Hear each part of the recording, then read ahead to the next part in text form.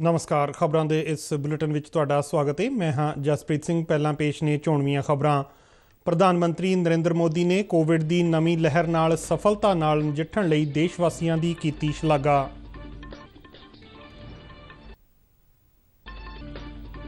संसद का बजट इजलास कल तो वित्त मंत्री 1 फरवरी नूं केंद्री बजट पेश करनगे।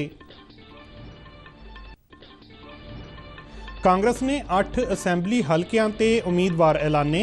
3 मौजूदा उम्मीदवारां दी टिकट कट्टी। मुख्यमंत्री 2 हलकियां तो चोण लड़नगे।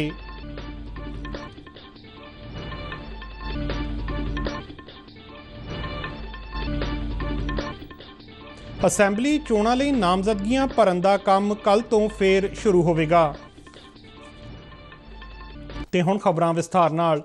प्रधानमंत्री नरेंद्र मोदी ने आकाशवाणी ते अज मन की बात प्रोग्राम की 85वीं कड़ी विच देशवासियों नाल वख-वख मुद्दों ते अपने विचार सांझे कीते।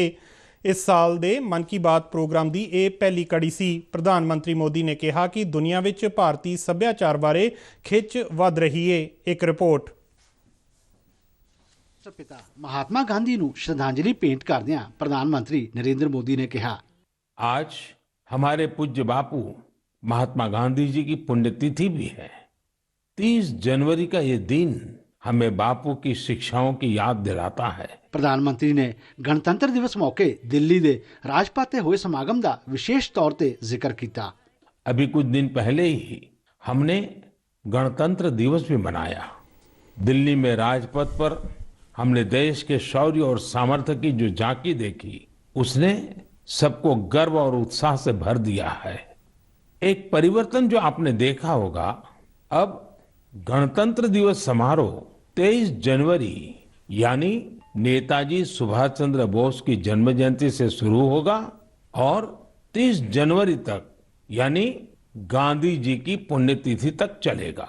आजादी का अमृत महोत्सव बारे गल करदियां प्रधानमंत्री नरेंद्र मोदी ने कहा कि इस महोत्सव विच देश यत्नां दे जरिए अपने राष्ट्रीय प्रतीकां नूं मुड़ प्रतिष्ठित कर रहा है।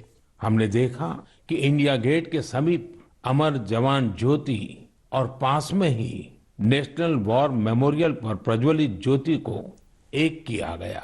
इस भावुक अवसर पर कितने ही देशवासियों और शहीद परिवारों की आंखों में आंसू थे।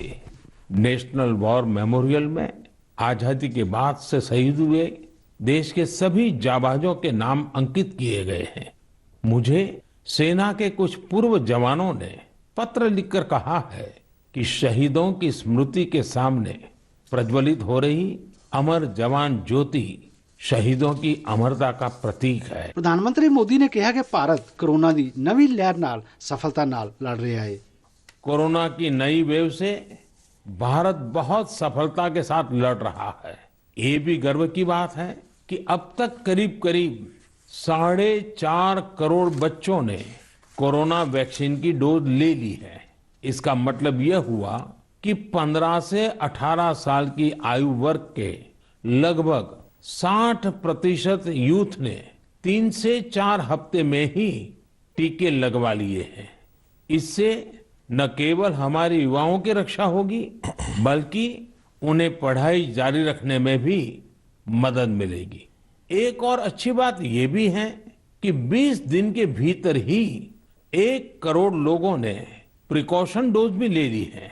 अपने देश की वैक्सीन पर देशवासियों का ये भरोसा हमारी बहुत बड़ी ताकत है। अब तो कोरोना संक्रमण के केस भी कम होने शुरू हुए हैं। ये बहुत सकारात्मक संकेत है। लोग सुरक्षित रहें, देश की आर्थिक गतिविधियों की रफ्तार बनी रहे, हर देशवासी की यही कामना है। प्रधानमंत्री नरेंद्र मोदी ने आजादी का अमृत महोत्सव ते 1 करोड़ तो वध बच्चों वालों उन्हां नूं भेजे गए सुनेहां बारे भी गल कीती। मेरे प्यारे देशवासियों, अमृत महोत्सव पर आप सब साथी मुझे ढेरों पत्र और मैसेज भेजते हैं, कई सुझाव भी देते हैं। इसी श्रृंखला में कुछ ऐसा हुआ है जो मेरे लिए अविस्मरणीय है। मुझे 1 करोड़ से ज्यादा बच्चों ने अपने मन की बात पोस्टकार्ड के जरिए लिखकर भेजी है। ये 1 करोड़ पोस्टकार्ड देश के अलग अलग हिस्सों से आए हैं, विदेश से भी आए हैं। समय निकालकर इनमें से काफी पोस्टकार्ड को मैंने पढ़ने का प्रयास किया है। इन पोस्टकार्ड्स में इस बात के दर्शन होते हैं कि देश के भविष्य के लिए हमारी नई पीढ़ी की सोच कितनी व्यापक और कितनी बड़ी है। प्रधानमंत्री मोदी ने स्वच्छता अभियान का विशेष तौर पर जिक्र किया। आप तो जानते ही हैं, मन की बात में कुछ बातें मैं कहे बिना रह ही नहीं सकता हूं। जैसे स्वच्छता अभियान को हमें भूलना नहीं है, सिंगल यूज प्लास्टिक के खिलाफ अभियान को हमें और तेजी लानी जरूरी है। वोकल फॉर लोकल का मंत्र ये हमारी जिम्मेवारी है। हमें आत्मनिर्भर भारत अभियान के लिए जी जान से जुटे रहना है। हम सबके प्रयास से ही देश विकास की नई ऊंचाइयों पर पहुंचेगा। प्रधानमंत्री मोदी ने देश के भविख ਨੂੰ ਲੈ ਕੇ ਨੌਜਵਾਨਾਂ ਦੇ ਸੁਪਨਿਆਂ ਦਾ ਜ਼ਿਕਰ ਕੀਤਾ। ਉਹਨਾਂ ਕਿਹਾ ਕਿ ਭ੍ਰਸ਼ਟਾਚਾਰ ਦੀ ਦੀਮਕ ਨੂੰ ਖਤਮ ਕਰਨਾ ਹੋਵੇਗਾ। ਬਿਊਰੋ ਰਿਪੋर्ट दूरदर्शन समाचार। ਦੇਸ਼ ਦੇ ਬਾਕੀ ਹਿੱਸਿਆਂ ਵਾਂਗ ਪੰਜਾਬ ਵਿੱਚ ਵੀ ਲੋਕਾਂ ਨੇ ਪ੍ਰਧਾਨ ਮੰਤਰੀ ਨਰਿੰਦਰ ਮੋਦੀ ਦੇ ਮਨ ਕੀ ਬਾਤ ਪ੍ਰੋਗਰਾਮ ਨੂੰ ਬੜੇ ਗੌਰ ਨਾਲ ਸੁਣਿਆ। ਹੁਸ਼ਿਆਰਪੁਰ ਜ਼ਿਲ੍ਹੇ ਦੇ ਤਲਵਾੜਾ ਵਿੱਚ ਲੋਕ ਵਿਸ਼ੇਸ਼ ਤੌਰ ਤੇ ਇਸ ਪ੍ਰੋਗਰਾਮ ਰਾਹੀਂ ਪ੍ਰਧਾਨ ਮੰਤਰੀ ਨਾਲ ਜੁੜੇ। ਸਮਾਜ ਦੇ ਵੱਖ-ਵੱਖ ਵਰਗਾਂ ਦੇ ਲੋਕਾਂ ਨੇ ਅੱਜ ਦੇ ਇਸ ਪ੍ਰੋਗਰਾਮ ਵਿੱਚ ਪ੍ਰਧਾਨ ਮੰਤਰੀ ਵੱਲੋਂ ਆਜ਼ਾਦੀ ਕਾ ਅੰਮ੍ਰਿਤ ਮਹਾਉਤਸਵ, ਵਣ ਜੀਵਾਂ ਦੀ ਸੰਭਾਲ, ਸਵੱਛਤਾ, ਸਿੱਖਿਆ ਅਤੇ ਟੀਕਾਕਰਨ ਆਦਿ ਮੁੱਦਿਆਂ ਤੇ ਕੀਤੀ ਗਈ ਚਰਚਾ ਦੀ ਭਰਪੂਰ ਸ਼ਲਾਘਾ ਕੀਤੀ। दूरदर्शन संवाददाता उषा पवार नाल गलबात दौरान उन्होंने कहा कि वो प्रधानमंत्री के मन की बात प्रोग्राम तो बहुत प्रभावित ने। सबसे अच्छी बात लगी जी महिलाओं के लिए जो उनके दिल में इज्जत है, वो महिलाओं की तरफ बहुत ध्यान दिया है। शुरू से उन्होंने 2014 से अभी तक घरों में रहने वाली महिलाओं को कोई पूछता नहीं था।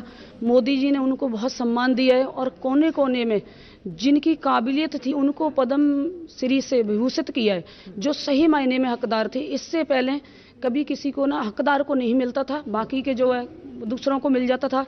मेरा नाम मान्या डोगरा है, मैं क्लास 12th में पढ़ती हूँ और मैं तलवाड़ा की रहने वाली हूँ। मुझे उनकी सबसे अच्छी बात ये लगी कि हमें भारत को स्वच्छ बनाना चाहिए, क्योंकि अगर हमारा भारत स्वच्छ होगा तभी वो स्वस्थ भारत बन पाएगा। और मैं सभी से यही आशा करती हूँ कि हम सबको प्लास्टिक बैग की जगह पॉली बैग्स यूज़ करने चाहिए, जो कि भारत को स्वच्छ बनाने में बहुत काम आते हैं।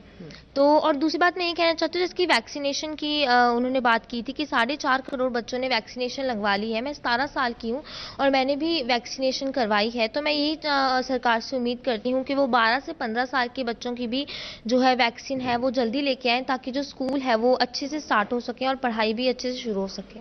मैं इसके संदर्भ में यही कहना चाहता हूँ कि जो जितने भी जो जानवर हैं हमारे, उनकी हमें सुरक्षा करनी चाहिए। और अगर किसी लेवल में ऐसा कोई आदमी, पहली बात तो मैं ये कहूँगा कि जितने भी हमारे एरिया के अंदर लोग हैं, पहली बात तो कोई शिकार, अवैध शिकार नहीं करता है और इसके ऊपर में प्रतिबंध भी है। और उनकी जो है जान बचाने के लिए जो है हमें प्रयास करने चाहिए। जैसे कोई अवैध जंगली जानवर हमारे एरिया में आ जाता है तो हम जो है फॉरेस्ट का जो कंसर्न डिपार्टमेंट है हम उनको इन्फॉर्म करते हैं। और दूसरी बात है, अगर कभी कभी ऐसा हो जाता है कि वो आगे नुकसान भी करते हैं हमारी फसलों का, तो हम लोगों को यही प्रेरित करते हैं कि इनके साथ में कोई भी ऐसी गतिविधि नहीं करनी है। उनको सुरक्षित पकड़कर दोबारा वापस उनको है जंगलों के अंदर भेज देना चाहिए। जब तक हम जंगली जानवरों का उनका भी सम्मान करते हैं, वो हमारा भी सम्मान करते हैं। उन्होंने वाइल्ड लाइफ की बात की, उन्होंने एम्प्लॉयमेंट की बात की, उन्होंने एजुकेशन की बात की, उन्होंने हेल्थ की बात की, उन्होंने तकरीबन सभी मुद्दों पर चर्चा की है। और मुझे जो सबसे ज़्यादा जैसे कहते हैं कि मुझे प्रभावी कर गया उनका जो था, वो बाघिन के रिगार्डिंग ही है। मेरा अनुरोध यही है कि क्यों ना हम इन जंगलों की खूबसूरती को और इन वन्य जीवों को भी इनको भी बरकरार रखें, इनको जीवित रखें। वाइल्ड लाइफ सेंचुरी का निर्माण करें, बोटैनिकल गार्डन का निर्माण करें, जिससे टूरिज्म को बढ़ावा मिलेगा। टूरिज्म बढ़ेगा तो एम्प्लॉयमेंट होगी और जो लोग यहाँ से पलायन करके जा रहे हैं, तलवाड़ा सूना होता जा रहा है, ये कंडी एरिया सूना ना होकर अंडर डेवलपिंग से डेवलपिंग होकर धीरे धीरे डेवलप्ड हो जाए। नरेंद्र मोदी जी ने हमें बताया कि अर्जेंटीना जैसे देश में भी भारत के कल्चर को इतना प्रोग्रेस मिल रहा है, इतनी इम्पोर्टेंस मिल रही है, तो जो कमिंग यूथ है, हमारा जो जनरेशन है, कमिंग जनरेशन है, उसको भी अपने कल्चर को नहीं भूलना चाहिए। राष्ट्रपिता महात्मा गांधी ਨੂੰ ਅੱਜ ਉਹਨਾਂ ਦੀ 74ਵੀਂ ਬਰਸੀ ਮੌਕੇ ਸ਼ਰਧਾਂਜਲੀਆਂ ਭੇਂਟ ਕੀਤੀਆਂ ਗਈਆਂ। ਇਸ ਦਿਨ ਨੂੰ ਸ਼ਹੀਦ ਦਿਵਸ ਵਜੋਂ ਵੀ ਮਨਾਇਆ ਜਾਂਦਾ ਹੈ। ਸਨ 1948 ਵਿੱਚ ਅੱਜ ਦੇ ਹੀ ਦਿਨ महात्मा गांधी ਨੂੰ ਸ਼ਹੀਦ ਕੀਤਾ ਗਿਆ ਸੀ। ਨਵੀਂ ਦਿੱਲੀ ਸਥਿਤ ਮਹਾਤਮਾ ਗਾਂਧੀ ਦੀ ਸਮਾਧੀ ਰਾਜਘਾਟ ਵਿਖੇ ਰਾਸ਼ਟਰਪਤੀ ਰਾਮਨਾਥ ਕੋਵਿੰਦ ਅਤੇ ਪ੍ਰਧਾਨ ਮੰਤਰੀ ਨਰਿੰਦਰ ਮੋਦੀ ਸਮੇਤ ਕਈ ਹੋਰਨਾਂ ਸ਼ਖਸੀਅਤਾਂ ਨੇ ਮਹਾਤਮਾ ਗਾਂਧੀ ਨੂੰ ਸ਼ਰਧਾਂਜਲੀ ਭੇਂਟ ਕੀਤੀ। ਇਸ ਮੌਕੇ 2 ਮਿੰਟ ਦਾ ਮੌਨ ਧਾਰਿਆ ਗਿਆ ਅਤੇ ਸਰਵ ਧਰਮ ਸਭਾ ਦਾ ਆਯੋਜਨ ਕੀਤਾ ਗਿਆ। ਸੰਸਦ ਦਾ ਬਜਟ ਇਜਲਾਸ ਕੱਲ੍ਹ ਰਾਸ਼ਟਰਪਤੀ ਰਾਮਨਾਥ ਕੋਵਿੰਦ ਵੱਲੋਂ ਸੰਸਦ ਦੇ ਦੋਹਾਂ ਸਦਨਾਂ ਨੂੰ ਸੰਬੋਧਿਤ ਕਰਨ ਨਾਲ ਸ਼ੁਰੂ ਹੋਵੇਗਾ। ਸਾਲ 2021-22 ਦਾ ਆਰਥਿਕ ਸਰਵੇਖਣ ਵੀ ਕੱਲ੍ਹ ਹੀ ਸੰਸਦ ਭਵਨ ਵਿੱਚ ਰੱਖਿਆ ਜਾਵੇਗਾ। ਵਿੱਤ ਮੰਤਰੀ ਨਿਰਮਲਾ ਸੀਤਾਰਮਨ 1 ਫਰਵਰੀ ਨੂੰ ਕੇਂਦਰੀ ਬਜਟ ਪੇਸ਼ ਕਰਨਗੇ। ਬਜਟ ਇਜਲਾਸ ਦਾ ਪਹਿਲਾ ਹਿੱਸਾ 11 ਫਰਵਰੀ ਤੱਕ ਚੱਲੇਗਾ, ਜਦਕਿ ਦੂਜਾ ਹਿੱਸਾ 14 ਮਾਰਚ ਤੋਂ ਸ਼ੁਰੂ ਹੋ ਕੇ 8 ਅਪ੍ਰੈਲ ਤੱਕ ਚੱਲੇਗਾ। ਰਾਸ਼ਟਰਵਿਆਪੀ ਕੋਵਿਡ ਟੀਕਾਕਰਨ ਮੁਹਿੰਮ ਤਹਿਤ ਹੁਣ ਤੱਕ 165 ਕਰੋੜ 70 ਲੱਖ ਤੋਂ ਵੱਧ ਟੀਕੇ ਲਗਾਏ ਗਏ ਨੇ। ਕੇਂਦਰੀ ਸਿਹਤ ਤੇ ਪਰਿਵਾਰ ਭਲਾਈ ਮੰਤਰੀ ਮਨਸੁਖ ਮਾਂਡਵੀਆ ਨੇ ਕਿਹਾ ਕਿ ਦੇਸ਼ ਵਿੱਚ 75% ਤੋਂ ਵੱਧ ਯੋਗ ਆਬਾਦੀ ਨੂੰ ਕੋਵਿਡ ਦੇ ਦੋਨੋਂ ਟੀਕੇ ਲਗਾਏ ਜਾ ਚੁੱਕੇ ਨੇ। ਇੱਕ ਟਵੀਟ ਵਿੱਚ ਉਹਨਾਂ ਕਿਹਾ ਕਿ ਲੋਕਾਂ ਨੂੰ ਕੋਵਿਡ ਹਦਾਇਤਾਂ ਦਾ ਪਾਲਣ ਕਰਨਾ ਚਾਹੀਦਾ ਹੈ ਅਤੇ ਛੇਤੀ ਤੋਂ ਛੇਤੀ ਟੀਕਾ ਲਗਵਾਉਣਾ ਚਾਹੀਦਾ ਹੈ। ਇਸ ਦੌਰਾਨ ਪ੍ਰਧਾਨ ਮੰਤਰੀ ਨਰਿੰਦਰ ਮੋਦੀ ਨੇ ਇਸ ਅਹਿਮ ਉਪਲਬਧੀ ਲਈ ਦੇਸ਼ ਵਾਸੀਆਂ ਨੂੰ ਵਧਾਈ ਦਿੱਤੀ ਹੈ। ਇੱਕ ਟਵੀਟ ਵਿੱਚ ਪ੍ਰਧਾਨ ਮੰਤਰੀ ਨੇ ਕਿਹਾ ਕਿ ਉਹਨਾਂ ਨੂੰ ਸਾਰੇ ਲੋਕਾਂ ਤੇ ਮਾਣ ਹੈ ਜਿਹੜੇ ਦੇਸ਼ ਦੀ ਟੀਕਾਕਰਨ ਮੁਹਿੰਮ ਨੂੰ ਕਾਮਯਾਬ ਬਣਾ ਰਹੇ ਨੇ। ਪੰਜਾਬ ਅਸੈਂਬਲੀ ਚੋਣਾਂ ਲਈ ਨਾਮਜ਼ਦਗੀਆਂ ਦਾਖਲ ਕਰਨ ਦਾ ਕੰਮ ਕੱਲ੍ਹ 5ਵੇਂ ਦਿਨ ਫੇਰ ਸ਼ੁਰੂ ਹੋ ਜਾਵੇਗਾ। ਅੱਜ ਐਤਵਾਰ ਦੀ ਛੁੱਟੀ ਕਾਰਨ ਨਾਮਜ਼ਦਗੀਆਂ ਦਾਖਲ ਨਹੀਂ ਕੀਤੀਆਂ ਗਈਆਂ। ਪਿਛਲੇ 4 ਦਿਨਾਂ ਵਿੱਚ ਚੋਣਾਂ ਲਈ ਆਜ਼ਾਦ ਉਮੀਦਵਾਰਾਂ ਸਮੇਤ ਵੱਖ-ਵੱਖ ਪਾਰਟੀਆਂ ਦੇ ਕੁੱਲ 619 ਉਮੀਦਵਾਰਾਂ ਨੇ ਆਪਣੇ ਨਾਮਜ਼ਦਗੀ ਪੱਤਰ ਦਾਖਲ ਕੀਤੇ ਨੇ। ਜਲੰਧਰ ਵਿੱਚ ਕਾਂਗਰਸ ਪਾਰਟੀ ਦੇ 5 ਵਾਰ ਕੌਂਸਲਰ ਰਹੇ ਬਾਲ ਕਿਸ਼ਨ ਬਾਲੀ ਅੱਜ ਬੀਜੇਪੀ ਵਿੱਚ ਸ਼ਾਮਲ ਹੋ ਗਏ। ਪਾਰਟੀ ਦੇ ਮੁੱਖ ਦਫ਼ਤਰ ਵਿੱਚ ਹੋਏ ਇੱਕ ਸਮਾਗਮ ਦੌਰਾਨ ਬੀਜੇਪੀ ਦੇ ਪੰਜਾਬ ਇੰਚਾਰਜ ਸੌਦਾਨ ਸਿੰਘ ਨੇ ਉਹਨਾਂ ਨੂੰ ਬੀਜੇਪੀ ਦੀ ਮੈਂਬਰਸ਼ਿਪ ਦਿੱਤੀ। ਬਾਲੀ ਨਾਲ ਉਹਨਾਂ ਦੇ ਸੈਂਕੜੇ ਹਮਾਇਤੀਆਂ ਨੇ ਵੀ ਬੀਜੇਪੀ ਦਾ ਹੱਥ ਫੜਿਆ ਏ। ਇਸ ਮੌਕੇ ਪਾਰਟੀ ਦੇ ਜਨਰਲ ਸਕੱਤਰ ਰਾਜੇਸ਼ ਬਾਗਾ, ਮੀਤ ਪ੍ਰਧਾਨ ਰਾਕੇਸ਼ ਰਠੌਰ ਅਤੇ ਜ਼ਿਲ੍ਹਾ ਪ੍ਰਧਾਨ ਸੁਸ਼ੀਲ ਸ਼ਰਮਾ ਸਮੇਤ ਹੋਰ ਆਗੂ ਵੀ ਹਾਜ਼ਰ ਸਨ। ਕਾਂਗਰਸ ਪਾਰਟੀ ਦੀ ਕੇਂਦਰੀ ਚੋਣ ਕਮੇਟੀ ਨੇ 8 ਅਸੈਂਬਲੀ ਹਲਕਿਆਂ ਤੇ ਉਮੀਦਵਾਰਾਂ ਦਾ ਐਲਾਨ ਅੱਜ ਕਰ ਦਿੱਤਾ ਹੈ। ਪਾਰਟੀ ਦੇ ਜਨਰਲ ਸਕੱਤਰ ਮੁਕੁਲ ਵਾਸਨਿਕ ਵੱਲੋਂ ਜਾਰੀ ਇੱਕ ਲਿਸਟ ਮੁਤਾਬਕ ਅਟਾਰੀ ਰਾਖਵੇਂ ਹਲਕੇ ਤੋਂ ਤਰਸੇਮ ਸਿੰਘ, ਖੇਮਕਰਨ ਤੋਂ ਸੁਖਪਾਲ ਸਿੰਘ ਭੁੱਲਰ, ਨਵਾਂ ਸ਼ਹਿਰ ਤੋਂ ਸਤਵੀਰ ਸਿੰਘ ਸੈਣੀ ਬਾਲੀ ਚੱਕੀ, ਲੁਧਿਆਣਾ ਦੱਖਣੀ ਤੋਂ ਈਸ਼ਵਰ ਜੋਤ ਸਿੰਘ ਚੀਮਾ, ਜਲਾਲਾਬਾਦ ਤੋਂ ਮੋਹਨ ਸਿੰਘ ਫਲੀਆਂਵਾਲਾ, ਭਦੌੜ ਰਾਖਵਾਂ ਹਲਕੇ ਤੋਂ ਚਰਨਜੀਤ ਸਿੰਘ ਚੰਨੀ, ਬਰਨਾਲਾ ਤੋਂ ਮਨੀਸ਼ ਬਾਂਸਲ ਅਤੇ ਪਟਿਆਲਾ ਤੋਂ ਵਿਸ਼ਨੂੰ ਸ਼ਰਮਾ ਸ਼ਾਮਲ ਨੇ। ਇਸ ਤਰ੍ਹਾਂ ਪਾਰਟੀ ਨੇ ਹੁਣ ਸਾਰੇ 117 ਹਲਕਿਆਂ ਲਈ ਆਪਣੇ ਉਮੀਦਵਾਰਾਂ ਦਾ ਐਲਾਨ ਕਰ ਦਿੱਤਾ ਹੈ। ਨਵਾਂ ਸ਼ਹਿਰ ਤੋਂ ਪਾਰਟੀ ਦੇ ਵਿਧਾਨਕਾਰ ਅੰਗਦ ਸੈਣੀ, ਜਲਾਲਾਬਾਦ ਤੋਂ ਰਮਿੰਦਰ ਆਮਲਾ ਅਤੇ ਅਟਾਰੀ ਤੋਂ ਤਰਸੇਮ ਡੀਸੀ ਦੀ ਟਿਕਟ ਕੱਟ ਦਿੱਤੀ ਗਈ ਹੈ। ਮੁੱਖ ਮੰਤਰੀ ਚਰਨਜੀਤ ਸਿੰਘ ਚੰਨੀ ਚਮਕੌਰ ਸਾਹਿਬ ਤੋਂ ਇਲਾਵਾ ਹੁਣ ਭਦੌੜ ਤੋਂ ਵੀ ਚੋਣ ਲੜਨਗੇ। ਪਾਰਟੀ ਨੇ ਪਟਿਆਲਾ ਤੋਂ ਕੈਪਟਨ ਅਮਰਿੰਦਰ ਸਿੰਘ ਦੇ ਖਿਲਾਫ ਪਟਿਆਲਾ ਦੇ ਸਾਬਕਾ ਮੇਅਰ ਵਿਸ਼ਨੂੰ ਸ਼ਰਮਾ ਨੂੰ ਉਮੀਦਵਾਰ ਬਣਾਇਆ ਹੈ। ਬਰਨਾਲਾ ਤੋਂ ਸਾਬਕਾ ਕੇਂਦਰੀ ਮੰਤਰੀ ਪਵਨ ਬਾਂਸਲ ਦੇ ਪੁੱਤਰ ਮਨੀਸ਼ ਬਾਂਸਲ ਨੂੰ ਟਿਕਟ ਦਿੱਤੀ ਗਈ ਹੈ। ਦੂਜੇ ਪਾਸੇ ਕਾਂਗਰਸ ਪਾਰਟੀ ਦੇ ਸਾਬਕਾ ਵਿਧਾਨਕਾਰ ਜਸਵੀਰ ਸਿੰਘ ਜੱਸੀ ਖੰਗੂੜਾ ਨੇ ਪਾਰਟੀ ਦੀ ਮੁੱਢਲੀ ਮੈਂਬਰਸ਼ਿਪ ਤੋਂ ਅਸਤੀਫਾ ਦੇ ਦਿੱਤਾ ਹੈ। ਉਹ ਸੰਨ 2007 ਤੋਂ 2012 ਤੱਕ ਲੁਧਿਆਣਾ ਦੇ ਕਿਲ੍ਹਾ ਰਾਏਪੁਰ ਹਲਕੇ ਤੋਂ ਕਾਂਗਰਸ ਵਿਧਾਨਕਾਰ ਰਹੇ। ਆਪਣਾ ਅਸਤੀਫਾ ਉਹਨਾਂ ਕਾਂਗਰਸ ਪ੍ਰਧਾਨ ਸੋਨੀਆ ਗਾਂਧੀ ਨੂੰ ਭੇਜਿਆ ਹੈ। ਇਸ ਦੌਰਾਨ ਗੁਰਦਾਸਪੁਰ ਜ਼ਿਲ੍ਹੇ ਦੇ ਸੁਜਾਨਪੁਰ ਹਲਕੇ ਤੋਂ ਕਾਂਗਰਸ ਆਗੂ ਪੁਨੀਤ ਪਿੰਟਾ ਨੇ ਅਸਤੀਫਾ ਦੇ ਦਿੱਤਾ ਹੈ। ਇੱਕ ਪ੍ਰੈਸ ਕਾਨਫਰੰਸ ਦੌਰਾਨ ਉਹਨਾਂ ਨੇ ਆਪਣੇ ਸੀਨੀਅਰ ਆਗੂਆਂ ਤੇ ਗੰਭੀਰ ਦੋਸ਼ ਲਗਾਏ ਤੇ ਕਿਹਾ ਕਿ ਪਾਰਟੀ ਪੱਧਰ ਤੇ ਉਹਨਾਂ ਦੀ ਅਣਦੇਖੀ ਹੋਈ ਹੈ। ਇੱਧਰ ਖਡੂਰ ਸਾਹਿਬ ਹਲਕੇ ਤੋਂ ਕਾਂਗਰਸ ਉਮੀਦਵਾਰ ਰਮਨਜੀਤ ਸਿੰਘ ਸਿੱਕੀ ਨੂੰ ਲੈ ਕੇ ਬੈਂਕ ਆਫ ਇੰਡੀਆ ਨੇ ਚੋਣ ਕਮਿਸ਼ਨ, ਤਰਨਤਾਰਨ ਦੇ ਡਿਪਟੀ ਕਮਿਸ਼ਨਰ ਅਤੇ ਖਡੂਰ ਸਾਹਿਬ ਦੇ SDM ਨੂੰ ਇੱਕ ਖਤ ਲਿਖਿਆ ਹੈ, ਜਿਸ ਵਿੱਚ ਕਿਹਾ ਗਿਆ ਹੈ ਕਿ ਰਮਨਜੀਤ ਸਿੰਘ ਸਿੱਕੀ ਦੀ ਬੈਂਕ ਵੱਲ 6 ਕਰੋੜ 35 ਲੱਖ ਰੁਪਏ ਦੀ ਦੇਣਦਾਰੀ ਹੈ ਅਤੇ ਉਹ ਡਿਫਾਲਟਰ ਨੇ। ਬੈਂਕ ਨੇ ਚੋਣ ਕਮਿਸ਼ਨ ਤੋਂ ਮੰਗ ਕੀਤੀ ਹੈ ਕਿ ਰਮਨਜੀਤ ਦੇ ਨਾਮਜ਼ਦਗੀ ਪੱਤਰ ਪ੍ਰਵਾਨ ਨਾ ਕੀਤੇ ਜਾਣ। ਮੱਧ ਪ੍ਰਦੇਸ਼ ਦੇ ਗੁਣਾ ਸ਼ਿਵਪੁਰੀ ਤੋਂ member parliament doctor KP Yadav ਨੂੰ ਬੀਜੇਪੀ ਨੇ ਮੋਗਾ, ਫਰੀਦਕੋਟ, ਮੁਕਤਸਰ ਸਾਹਿਬ ਅਤੇ ਬਠਿੰਡਾ ਜ਼ਿਲ੍ਹਿਆਂ ਲਈ ਚੋਣ ਇੰਚਾਰਜ ਬਣਾਇਆ ਹੈ। ਅੱਜ ਉਹਨਾਂ ਮੋਗਾ ਜ਼ਿਲ੍ਹੇ ਦਾ ਦੌਰਾ ਕੀਤਾ ਅਤੇ ਬੀਜੇਪੀ ਦੀ ਜ਼ਿਲ੍ਹਾ ਇਕਾਈ ਦਾ ਇੱਕ ਮੀਟਿੰਗ ਕੀਤੀ। ਮਗਰੋਂ ਉਹ ਮਹਾਰਾਜਾ ਅਗਰਸੇਨ ਦੀ ਪ੍ਰਤਿਮਾ ਸਨਮੁਖ ਨਤਮਸਤਕ ਵੀ ਹੋਏ। ਪੰਜਾਬ ਦੇ ਜ਼ਿਆਦਾਤਰ ਇਲਾਕਿਆਂ ਵਿੱਚ ਅੱਜ ਮੌਸਮ ਸਾਫ਼ ਰਿਹਾ ਤੇ ਧੁੱਪ ਨਿਕਲੀ, ਪਰ ਠੰਡੀਆਂ ਹਵਾਵਾਂ ਕਾਰਨ ਧੁੱਪ ਦਾ ਸੇਕ ਘੱਟ ਹੀ ਰਿਹਾ। ਸਵੇਰ ਸਮੇਂ ਕਈ ਇਲਾਕਿਆਂ ਵਿੱਚ ਧੁੰਦ ਵੀ ਪਈ। ਅੰਮ੍ਰਿਤਸਰ ਸ਼ਹਿਰ 2.6 ਡਿਗਰੀ ਸੈਲਸੀਅਸ ਘੱਟੋ ਘੱਟ ਤਾਪਮਾਨ ਨਾਲ ਸੂਬੇ ਵਿੱਚ ਸਭ ਤੋਂ ਠੰਡਾ ਸ਼ਹਿਰ ਰਿਹਾ। ज़्यादातर शहरों का घट्टो घट्ट तापमान 8 डिग्री तो हेठां ही दर्ज किया गया। मौसम विभाग ने माझा, दुआबा और पश्चिमी मालवा खेतर में सीत लहर जारी रहने की गल आखी है। विभाग मुताबिक 2 तो 4 फरवरी दरमियान सूबे के ਵੱਖ-ਵੱਖ इलाकों में मींह पै सकता है। खबरों के बुलेटिन साडे दर्शक RNU DDK जलंधर के YouTube चैनल, फेसबुक पेज और ट्विटर हैंडल ते भी देख सकते हैं। इस दे नाल ही खबरों का यह बुलेटिन खत्म हुंदा है। मैं मास्क लगा के स्टूडियो तो बाहर जा रहा हाँ। तुसी भी जदों बाहर जाओ तो मास्क का इस्तेमाल जरूर करो। आज्ञा दिओ। नमस्कार।